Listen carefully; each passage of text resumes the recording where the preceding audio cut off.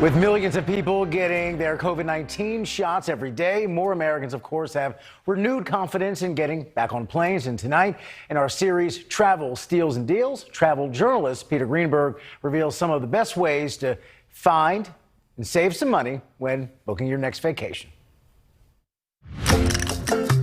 Peter, thanks so much for being with us tonight. As always, we appreciate it. No secret, people are getting back out, traveling again. They're hitting the skies. So what are you seeing out there in terms of deals for domestic travel within the U.S.? You're absolutely right about the demand. It's increasing with 2 million people a day getting vaccinated. That's actually adding to the pent-up demand.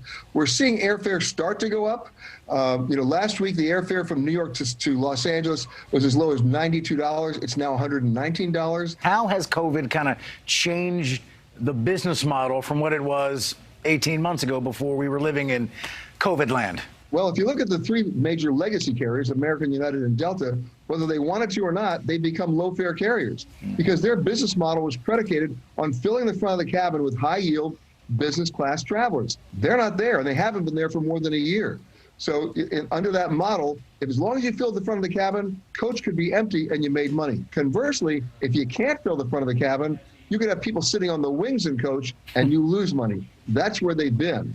However, the business model has changed in another way because the airlines are doing their research and realizing that when travel comes back in a big way, it's going to be leisure travelers, not business travelers. So what are the airlines doing? It's airlines like Frontier, Allegiant, Spirit, Sun Country, and Southwest.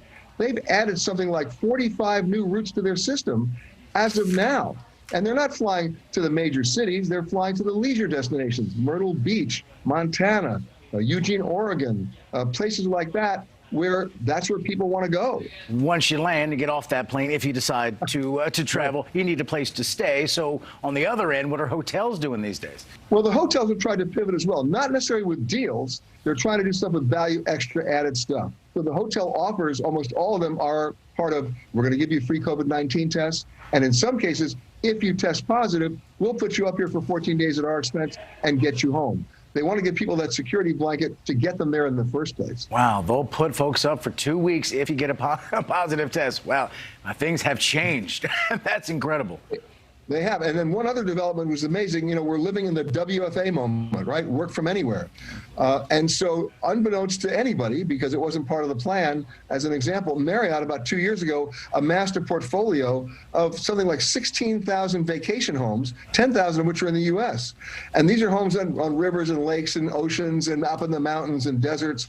And if you take a family of four, or even two families of four, because some of these homes sleep 8 people, well, they start at $200 a night. Let's do the math. That's $25 a night per person. Nobody's commuting. Nobody's stuck in traffic. And that may be permanent change down the road. Wow, that's so fascinating. Planes we got, hotels we got, anything you're seeing with trains and cruises? Yeah, the trains, Amtrak is starting to figure out ways of incentivizing people to get back on the trains. They're doing some flash sales. They've got one right now, which you have to book by tomorrow. It's in the Northeast Corridor. That's where they're trying it out first. A $39 ticket on Acela, their business class, that's normally $192. On the Northeast regional trains, as low as $19. You can go from New York City to Newport News, Virginia for $19. And by the way, you got to book it by tomorrow, but it's good through the end of September. Wow. Well, prices that low, that's certainly a temptation. That's for sure. Peter, thanks so much always for your insight, and we appreciate your time. A lot of good deals out there, and like you said, a time to, if you feel comfortable medically traveling right now, certainly a lot of good deals to gobble up. All right. Oh, he's always great to talk to. He certainly knows, his stuff. And just to be fair, the CDC has been very clear that may not be the best time to travel just yet in terms of non-essential travel because we still have so long to go until a greater percentage of the country is vaccinated. But if you just do decide to do it for whatever reason, you have some good advice there from Mr. Greenberg. Yeah, the mode of transportation is key, right? Your own car to someplace may be safer than a plane, but exactly. To each his own.